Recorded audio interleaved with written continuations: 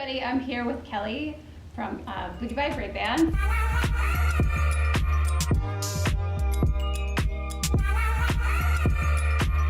Thanks so much, Kelly, for taking your time to Thank sit you down for having with me. I'm excited. Yay, everyone knows you and loves you from all your fitness, but I'm super excited to talk about your business. I'm excited too. I haven't talked about business in a while. I know. I've been just talking about workouts and burpees. Yes. And pants. And pants and new launches. Exactly. A lot of things going on. But yeah, no, I know we've been meaning to get together. I know. And for the community that I manage through my coaching and business development, you know, we work with so many people right now that are really just trying to build businesses and get things off the ground. You know, a lot of people have been unemployed. I think it's the best time, as much as people think it is a dark, scary time. Yeah. But I think, I didn't mean to cut you off, but No. I'm really excited about this conversation because I think this is coming at a great time. And for the entrepreneurs who are out there watching, listening, it's so amazing that you're doing what you're doing, but I hope that they can take us some inspiration from this talk that we're about to have. Yeah, no, I think they will. And I feel like for someone like you, you know, we can kind of get into your story and your journey, but you're a real person. I mean, for everyone who knows Kelly, it's like you're so accessible. You're a beautiful soul. You're so kind and authentic. And I'm a hot mess. No, you know, I feel like Thank that you. really resonates because you're someone who I feel like a lot of people can look at and be like, that's me. I'm that girl or that boy, and I want to make it happen. Yeah. You know, so tell me about your journey in creating this business, and you know, where did you start? I'd love to kind of talk about that. BBB Brabants will be 6 years old, which is crazy, on December 5th. Okay. I can't even believe it's been 6 years. It's actually been a little longer than 6 years because I started with the class, which most of my followers, my newer followers who have been, you know, just joining the BBB Fam since quarantine, they think that it started with the leggings and it actually started with the workout. Mm-hmm. But kind of to backtrack a little bit, you know, way back, and the reason why I always say BBB Brabants is my destiny. And I was meant to do it, and I truly feel like where I am right now today is exactly where I need to be, and that feeling is really comforting, especially during these dark times. But to backtrack, I started dancing when I was 3 years old. You couldn't... I love your videos. Yeah. Oh, that's so embarrassing. You're like, oh, yes, yeah. Yes. You couldn't pull me off the dance floor. Every day I would come home, in the middle of the kitchen, dining room table, I would throw these performances for my entire family and force them to watch me. I look back at some of these videos, I'm like, I feel so bad for my parents and my siblings. I cannot believe I was this energetic all of the time. Because I'm definitely not like that now. I definitely have my energy spurts, but yeah, I was just super passionate about dance from a young age and performing and making people smile and entertaining. I definitely consider myself an entertainer. And when I was in high school, I was just competing competitively. I gave up pretty much all of my social life to pursue my dance career. And senior year, you know, everyone's planning to go off to college, and for me, it was just never something that I was passionate about. And I graduated in 2008 high school, and entrepreneurship wasn't talked about. And I kind of explained this to you before this. It wasn't something that people talked about. My dad was an entrepreneur and was very hardworking, you know, worked since the age of 7 years old and always had his own business and was always the boss. And so he instilled that in us. But besides my dad, I really had no one else, no other mentors or no one else my age who kind of wanted to go out on their own and do their own thing and be independent and, you know, pursue a dance and singing, acting career. And so I kind of felt alone in that situation, but I felt in my gut, I was like, school isn't really for me, but I ended up going anyways. I went to Marymount, Manhattan for, it wasn't even 2 semesters. I did modern dance as my major, and it was right after one of my performances. I remember saying to my parents, this isn't it for me. I need to be in LA, I need to be a background dancer for Beyonce. I'm not giving up until I'm there. I just thought, I always thought bigger picture, and people would look at me thinking I'm so ridiculous, this girl from Easton, Mass, what do you, what? You know? And so I lived in New York by myself in a studio apartment, and I did an internship at Broadway Dance Center. I was really, you know, thankful that my parents supported me. They were like, well, you've been so consistent with dance since you were 3 years old. Right. We're gonna support you on this journey for another year, and if you don't make it, then you're on your own, kid, kind of, pretty much. And so a year went by and I didn't make it, not even close to making it. I'm not even 20 years old and I'm just still dancing around just trying to figure out like how the hell am I going to get a paycheck? So I just started working at restaurants and doing random side gigs and pretty much doing anything I could to just make money and just prove to my parents to like not pull me out of New York and like let me keep going. And then it got to a point where then I was like, okay, well now I need to go to LA because I did everything I can in New York. I was 20 years old. I was like, I need to try, like Hollywood is where everything happens in the dance world. Yeah. So then I moved out there and against my parents' will, you know, I slept on a couch with a one blanket that I bought at Home Goods. I remember, I'm like, can you drive me there to Home Goods? Like, I'm just gonna sleep on your couch. I'm gonna be there for like 4 weeks. Like, you know what I mean? It was my friend that I'd actually interned with in New York. She was from LA, so we got an apartment in North Hollywood. And I couldn't afford rent at the time, so I was like, I'm literally just gonna crash on your couch and just take dance classes and see if LA is for me. I ended up staying there for almost 2 years. Oh, nice. And when I moved back, I realized like I'm stuck in Boston for the rest of my life. Like I will travel, but you can't pull me out of the city because it's just where my family is, it's where I feel the most comfortable. And my goal was like, how can I now build a business? And prove everyone wrong that, you know, I'm a college dropout, I moved out to LA and I didn't make it, I didn't book the jobs, I'm not Beyonce's backup dancer, all the things that I thought I was gonna do. There's still time, Kelly. Well, I think that time clock is, Beyonce just said too, she's like taking a time out from like doing her thing. Oh my God, well maybe. I mean, maybe one day I can be her trainer or something, or maybe she'll wear BBs. Like, yes, you're nice. Oh my God. Yeah. But like coming to that realization that none of that was going to happen, I kind of had to really pivot and be at home and kind of like sit with myself and be like, okay, what is it that I really want to do? And I came down to the conclusion, like, what do I feel happy is doing? And it's performing, but also making people smile. And like I said, I'm an entertainer. And I'm like, well, how can I do that but still have my dance background and make people feel good? And I'm like, oh, fitness. And I'm like, I'm going to get my personal training certification. So I ended up getting my personal training certification and I just really dove right into the gym. I got a job at Equinox. I started passing out towels for literally $8 an hour at 22, 23. And I started building up my clientele and noticing people were really gravitating towards me and just my energy. And I know that sounds a little like, you know, egotistical. People are gravitating towards me. People, like, but at a young age, even older women or men, they loved working out with me and they would continue to come back and they would just say, wow, you're so inspirational. But then I was only 23, 24, so the girls my age couldn't afford to do training at Equinox at a really high-end gym at $120 an hour. And then I'm like, well, how can I do a side gig where I can like hit other, you know, another demographic where they can do a class for $10? So then I came up with a concept of doing my own workout, and I called it Booty by Brabants. And I choreographed it in my living room at my North End apartment. And I was just making it up, and I remember no gyms would let me teach there because like they're like, "What's Booty by Brabants?" Right, you need like our format, like follow. Yeah, and they're like, it needs to be a legit thing. And at that time, I hadn't, like I said, I had never seen anyone else doing what I was doing, really. So I didn't like have a ton of inspiration. It came from my like inside and my gut, and just making it up as I go. It's not like I could look like now. I feel like there's so much out there. But I'm so grateful for the fact that I didn't have a lot out there because it really came from within. And that was that like gut and intuition like driving me to create instead of just like looking and trying to copy other people for the wrong reasons. And having that, I think that's what made my class so unique. And just within 6 months, it became a thing in Boston, and it was just like waitlisted. And then all the gyms were asking me, you know, to teach. I was teaching at hotel gyms. I was teaching at corporate offices. I was teaching at gyms in Seaport. And then the classes began like selling out within a minute, a week before like the class would go up to sign up, and they were selling out within a minute. Because when you first started your classes, not at Equinox, where were you teaching? So I was at the Seaport Hotel. Okay. I was in a place in Chinatown for a little bit that I rented out, and then I was at the Everybody Fights gym in Four Point. Yeah, so you kind of like launch your schedule. And then I was at BFX. I was at like 5 gyms. At one point, I was teaching 21 classes a week. Yeah. And I was like, I couldn't even talk. I was like a skeleton. I look back at myself. I was like, I was just, all I was doing was teaching.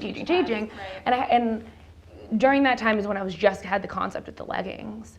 Because I said to myself, okay, so I'm teaching a bunch. It's going really well. But how can I scale this and make more money. Like I've always really had a business mindset, and I'm like, how can I don't physically want to teach 21 classes every single week. Right. So how can I scale this? And I don't want other instructors because right now I don't trust other people with my program. And that was just the reality. Yeah. And then it wasn't until I had bought a pair of leggings in Brazil. My mom brought them back from a vacation. I tell this story all the time. But she had brought back this one pair of teal textured leggings back from Rio, where she's from, and I wore them so much to the point where I was washing them in my sink because I just wanted to wear them the next day. And I'd be like, a bar of soap. I'm not even kidding you. And I had a million pairs of Lululemons. I had a bunch of Nikes, which I loved. Right. But there was something about these that just made me feel extra amazing. And the fact that they were one size, I could, if some days I was feeling a little bit bigger, some days I was feeling smaller, I felt like they always made me feel confident. Yeah. And so I gravitated. I felt like my best teaching my classes in those leggings. Right. And I didn't realize why for a very long time. And I remember there was one moment, I guess, where I was at Starbucks and one girl looked at me, and I always go back to the Starbucks situation. I don't know why, but it was the one moment where I was like, why don't I just make my own leggings? A girl was like, oh my God, I love your leggings so much. Yeah. Where'd you get them? And I was like, Brazil. And I'm like, why can I? And I had never seen anyone else. And I'm like, can I even do this? Like, how do you make leggings? Like, I didn't go to design school. I don't know how to sew. I don't even know where you manufacture leggings or where you get material or how you sell them, how you got to make a website. I'm like, this is impossible, but like, I think I can do it. You know what I mean? I'm like, if I love these that much, I can make these even better and sell them to everyone in my class. So At the time, I was only thinking about selling them to my people in my class. Right. But. Have an extra offering. Take my class, get a pair of pants. Exactly. I'm like the 30 people that take my class every week, like they'll love these pants. I didn't think bigger picture until the first day when I sold them, and then I was like, I sold out of every single pair. People are chasing down the street. Because I started with like 100 pairs. Yes, I'm selling them out of selling them out of a plastic bag, just like pulling leggings out, taking cash and being like shoving them like in my pants. It's legit, everybody. I didn't remember. It was in the locker room, and girls were just buying 5 pairs at a time, and I didn't. Yeah. I had not even 200 followers on Instagram. Yeah. I had no followers. And it made me realize now too, and I say this to my team because this is where I learned my entire experience. Followers really mean shit if they're not quality followers. Like they don't mean people. they don't mean money. So maybe to other brands they look, but before Instagram was like a big thing 6.5 years ago, had no followers, but the 100 people that I would teach in front of every single week were so influenced by me in a good way that I could tell them to buy this notebook because it's the best notebook in the world. What we're doing now. Yeah. And they knew because of who I was as a person, the way I showed up every day and the way I gave them my heart and soul every time I taught a class. If Kelly says something, they're going to love it. And so what it made me realize is like the class and the quality of the people who follow you and, pay attention to you. Those are your real customers at the end of the day. Yeah. Opportunity, and I love that you use the word pivot. It's what so many people are looking to do right now. Yeah. Where, you see something sparks in you, whether it's a pair of pants you put on and they like change your life or, whatever it can be. I mean, it's important. You have to move. That you can't just sit. And it's in your soul. I mean, this is in your DNA. Yeah. I mean, I feel it. That's what like gravitate, for Yeah, all the I times love I've seen you at the gym and I know you get bombarded. No. I'm like, Kelly. No, I love seeing you. You're such like a ray of light, which is why I was excited to do this because I know you're going to bring a lot of positivity into other people's lives just by your energy. It's so contagious. Oh, we're energy. Yeah. So from that first pair and then like selling, like how did you get the production, like the creation? Yeah. Like tell me about the process. Yeah. Oh my gosh. I just wish I knew what vlogging was back in the day, and I wish I had like Instagram stories back in the day because I would have documented it. I have no video and I can, I have memories and pictures, but I wish people saw like the way we really took off at the beginning. Like we were bringing leggings. I would travel to Brazil and bring some back in my suitcase. Yeah. Because like I was bringing 30 pairs, 40 pairs. My mom her and I would travel to Brazil and bring back like 50 pairs. Yeah, and I had my designer out there, and she was young. She was 34 when I met her. So I met her by going into her store and being like, I bought my leggings, the leggings that I love. I bought them here. Who made them? And she was like, me. And I'm like, oh wow. I'm like, one day you're not gonna have stores anymore. I said this to her. And actually, I talked to her every single day. I talked to her this morning. And I'm the kind of person I like to be very custom. I like everything one of one. Like I don't want you making something for anybody else. If you're going to work with me, it just has to be me. So that was a huge thing for her. And at the beginning, I had to, make sure my orders would make sense. She had 6 stores at the time. She now has 0. And we have built out together a 22,000 square foot factory that just produces BBB after 6 years. And now she's already like, we're growing out of it, we need another one. And I also have a second factory too that just makes BBB. That's about 15,000 square feet. So altogether we have about 80 seamstresses. We started with 1.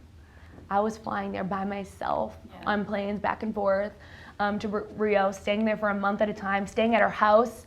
I literally would stay at her house, go to dinner with her. I'm like, no, like, I'm taking this very seriously. I want you to love this brand and what we do as much as I do, because you're creating the leggings. I'm designing them, but together is what we produce it. So she needed to have the love for the brand, but it took so long. Like at the beginning, I had truly no idea what I was doing, just from like the logo to like the tag inside of the leggings, like just little things like on BBBs. Yes, like there was like sheer mesh up. Oh my God, like. And those are the OG ones. Like I look back and I'm like, I love those.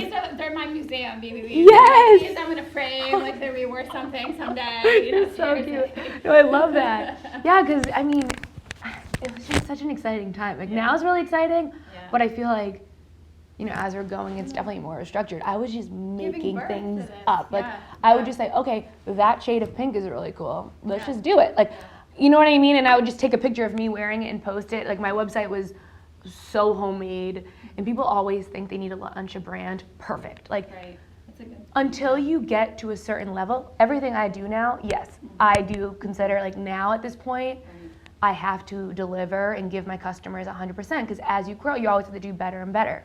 But when you start a brand, and for anyone listening, or you start a passion, you don't need to start it at 100%. Just start it, and then you'll learn and you'll grow.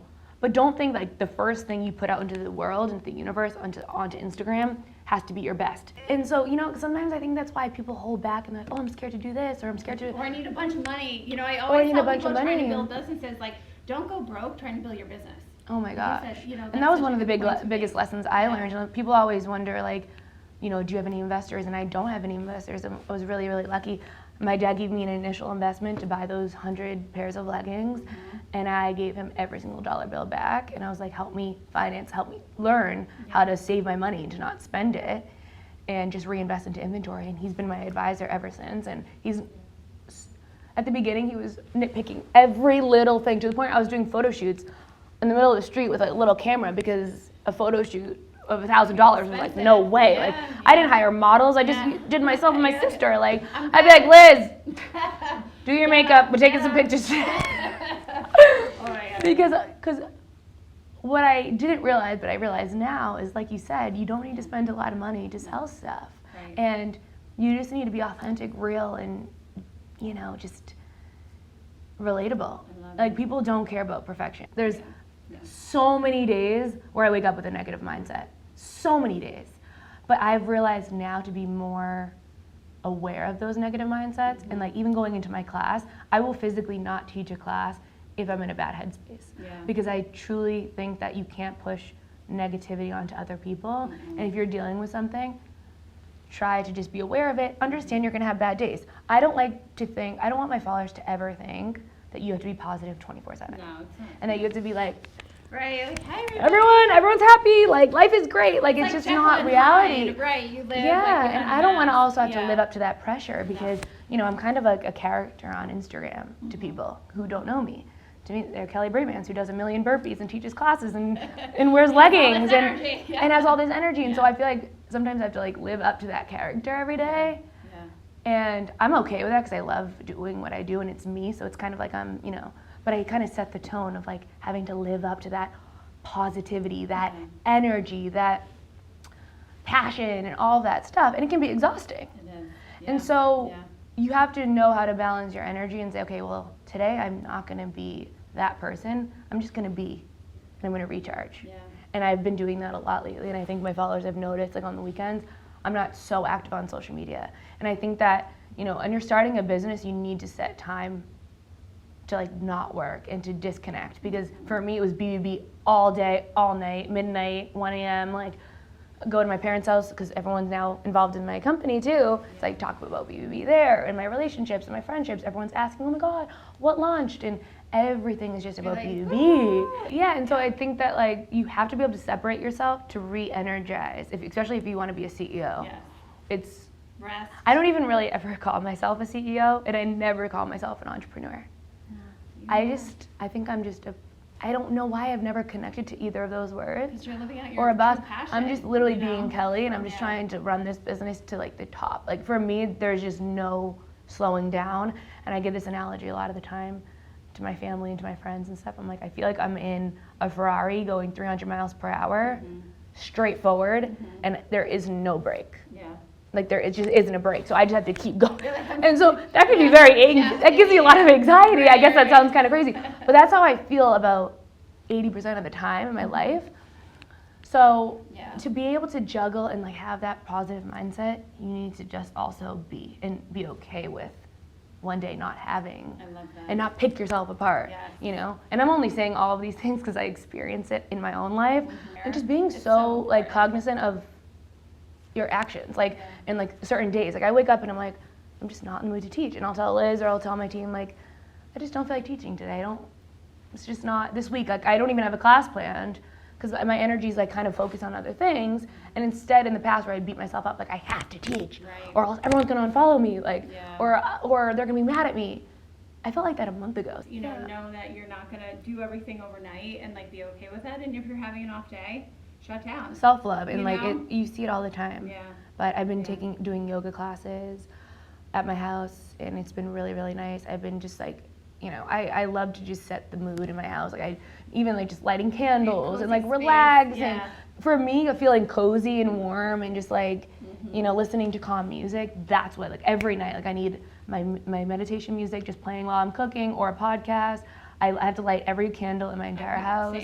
The lights can't be on. Are you gonna burn the house down tonight? Maybe. I'm gonna light my candles though. So that's literally how I am. It's like it takes me 20 minutes just to light every candle in my house. And my boyfriend's like, what? And then he has to go and blow them all out, so he gets like pissed.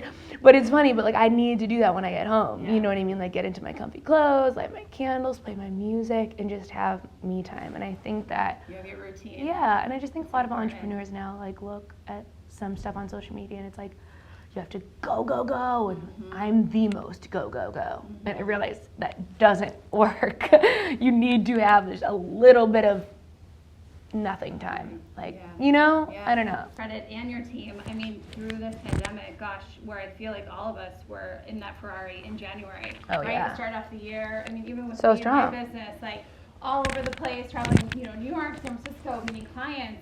And then for retail, for fitness, for everything, we were just shook to our core. Like shut down, not going anywhere, not doing anything. So I am so impressed with the way that you've like pivoted, like you keep saying, and giving people a place online to come and still see you, but then also launching all of these like amazing collections. So what was that inspo that kind of kept you going through this like major challenge? Oh my God, it was with everything, so travel crazy. Restrictions too, I'm sure, with you going to Brazil. Well, we flew back on the 15th of March from Brazil. Yeah. We left on the 5th and we got back on the 15th.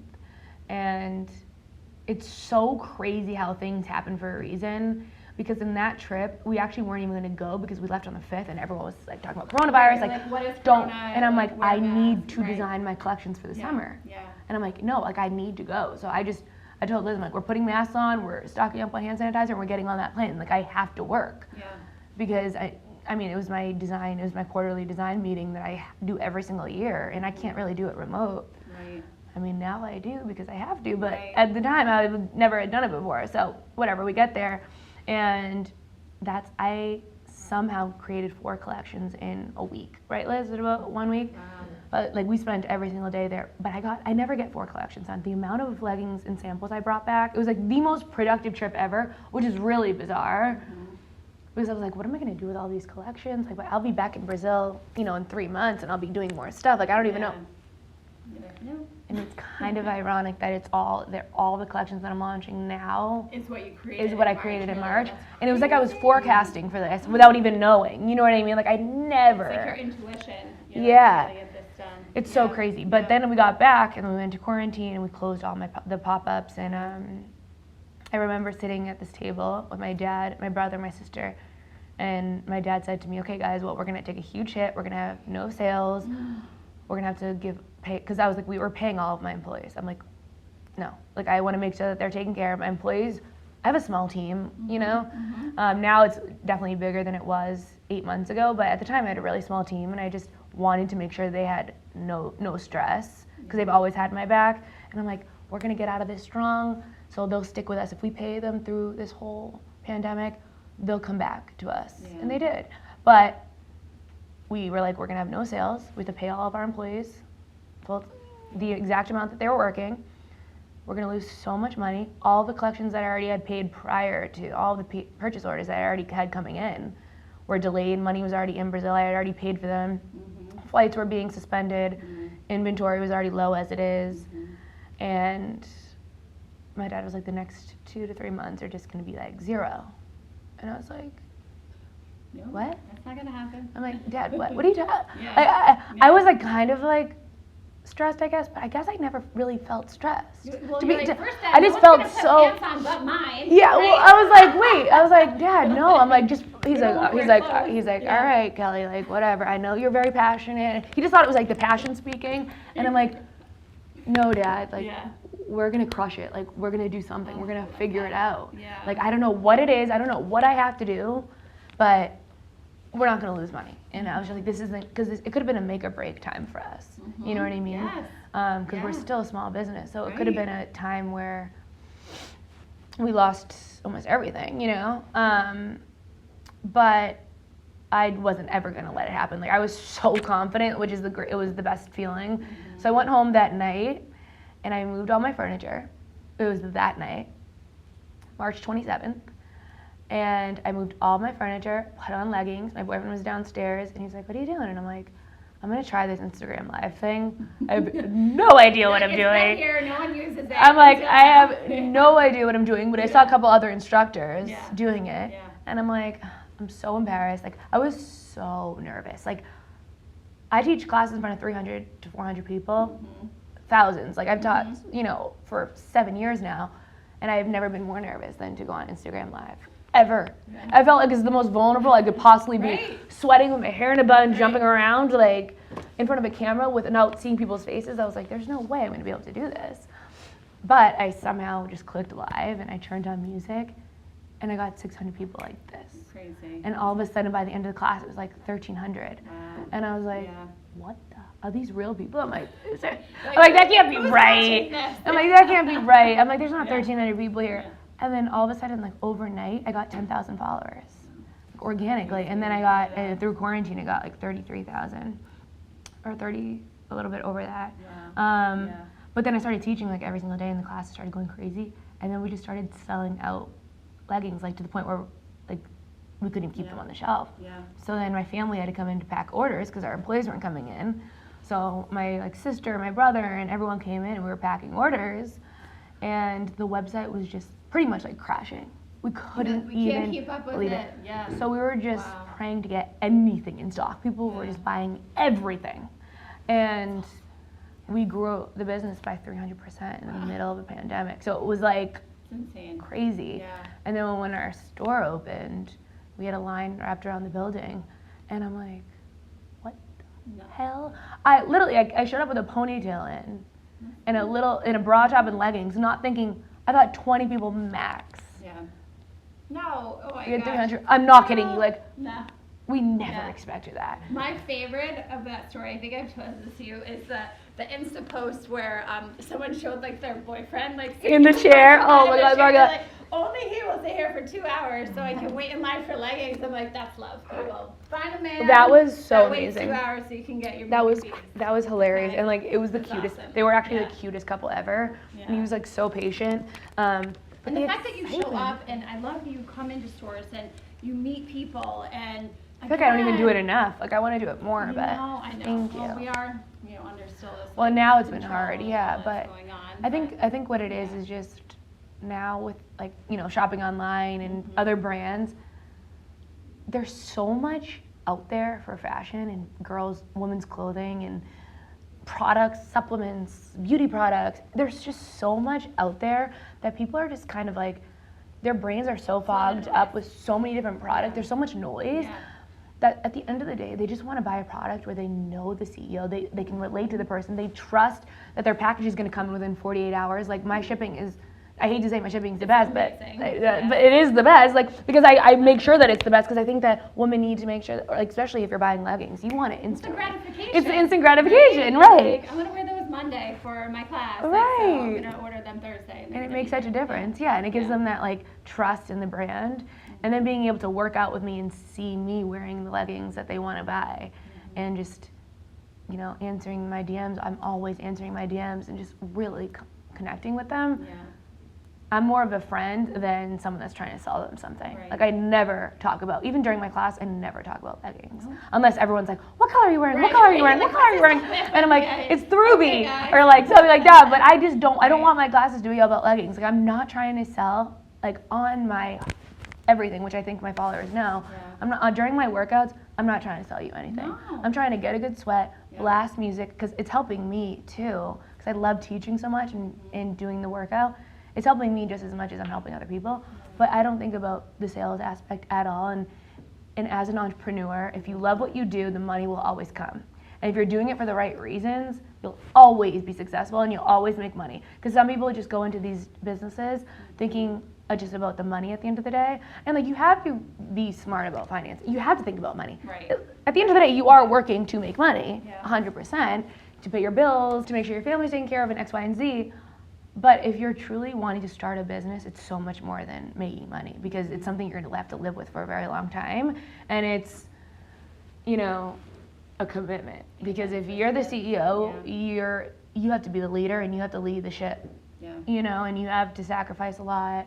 You have to give a lot of your energy and your stuff. It's not just like I'm gonna put this out there and then please universe. Take and it's not like you're working 9 to 5. I'll check in sometimes. Right. We'll figure it out. So that's like with me. It's like with the classes and stuff. It's like thank God I'm so happy that I love teaching so much. Like I physically when I'm in my classes, it's the happiest I could possibly be. I'm like genuinely because if it wasn't, I wouldn't be able to continue to do it. Right. And even when I was talking about earlier, like the negative mindsets or whatever, when I jump into my class, it's like all that. It's my therapy. Yeah.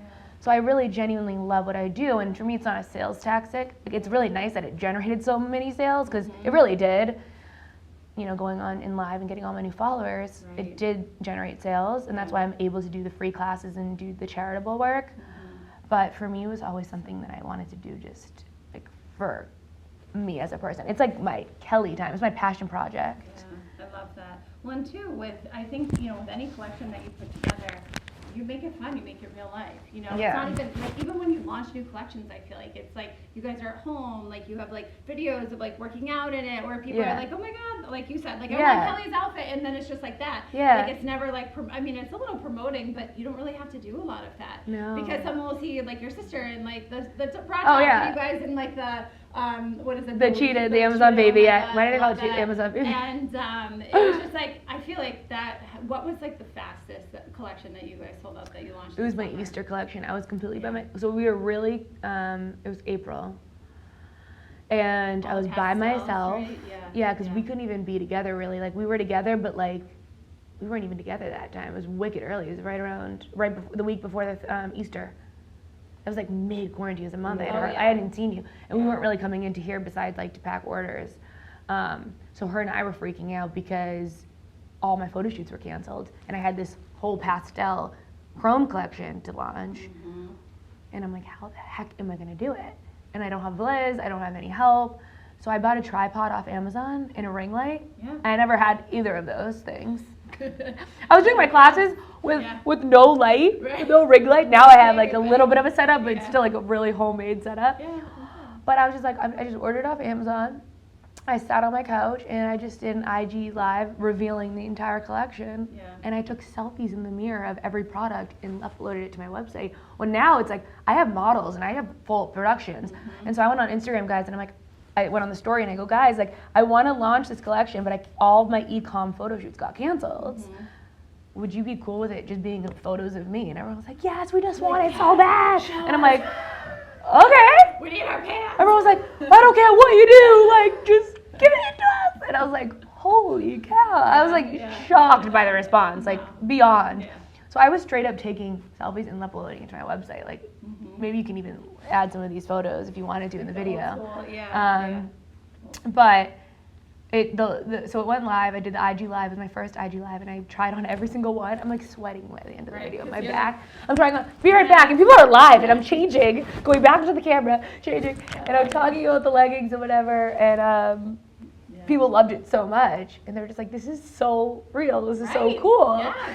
And it launched the next day, and it sold out. The entire collection sold out in 7 minutes. I was crying, bawling my eyes out, because I was so overwhelmed, because it never happened to me, before. Was that the first Chrome collection? No, third. The third, okay. Yeah. The Chrome pants. Yeah, the Chrome is the best. They're so great. Well, I feel like you've shared so many nuggets and like so much amazing information. So maybe like in closing, if there's someone who is watching, and I feel like, and I really hope a lot of people tune in, because you are so inspirational, and I'm so appreciative of this time I hope with it was inspiring. What advice would you give somebody really looking to start a business today, right now? What are some of the things they need to do, start it, and then keep it going? Yeah. So I think first you need to find out what you're good at. Like, I heard this quote and I really liked it, and they said, as kids, teachers would tell you, you can be anything you want to be. But to me, that's not really realistic. You can be everything you're meant to be. You need to figure out what that is, because you need to figure out what you're good at. You need to figure out what you love and what you do. Don't just do something to do it. You need to figure out what patterns in my life have brought me to here. What have I always gravitated to? What are things that I enjoy? What are things that I don't enjoy? And write that all down on a piece of paper and try to cultivate like your perfect scenario, I guess. And then from there, build something. Because if you're just building something because you saw it on Instagram and it looks cool, but you know nothing about the field, you're not passionate about it, it's not gonna be longevity. It might last for 2 years, it might be whatever, but you need to look at your life patterns, especially at 30 years old. It's like, my whole life was building blocks to get me to where I am now. And I think everybody's life is building blocks to get them to where they are now. And so if you can really dissect that and learn more about yourself, then you can go into a business being more aware of who you are as a CEO, as a friend, as a boyfriend, girlfriend. You know what I mean? Because if you're not self-aware, how do you expect to be a leader and lead a business? Right. And so I think that is a huge tip, and also just being just so authentically yourself and trusting that that's enough.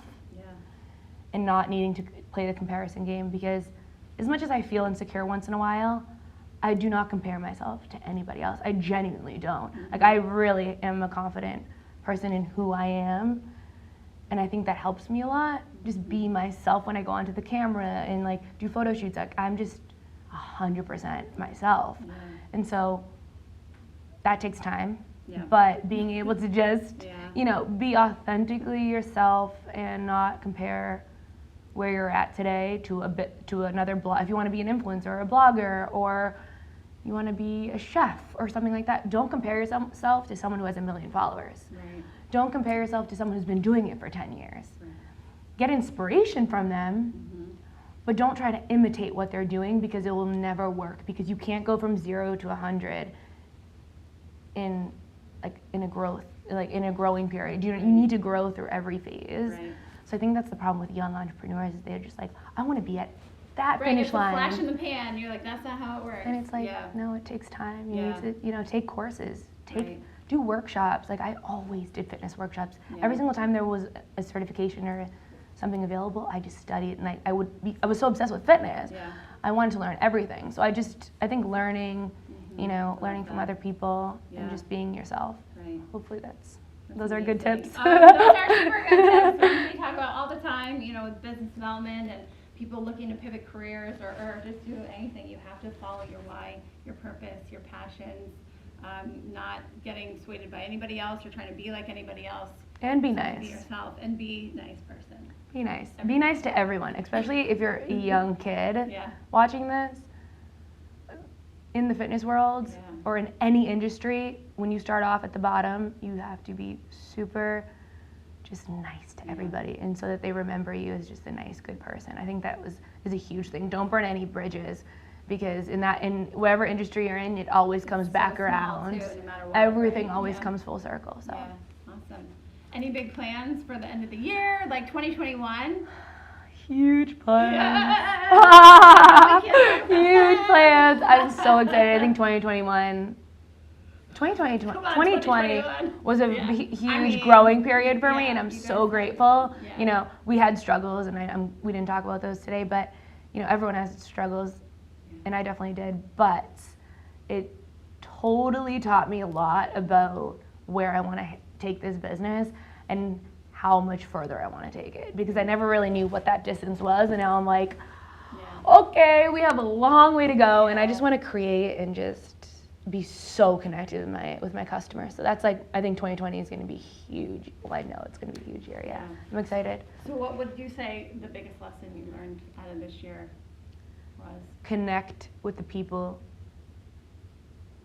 who feed you. I don't know if that makes sense, but the people who are, that's one. There's two lessons, but the people who are buying your product, and connect with them, give them something of value, because they give you so much. Like they've helped me so much. They've helped my whole family. You know, like they've helped me live out my dream. So my thing was like, I'm so happy that my classes were able to give back to them and fill them up, because they've given me so many blessings, and I'm so grateful for my BBB Brabants family that I call BBB Fam. So I think that you have to make sure that you're really connecting with your audience, because those are the people who are going to grow with you. Like, I know my BBB Fam is going to be with me for 20 years. You know, like I might not be doing burpees in 20 years, but they're going to be with me. I mean, hopefully.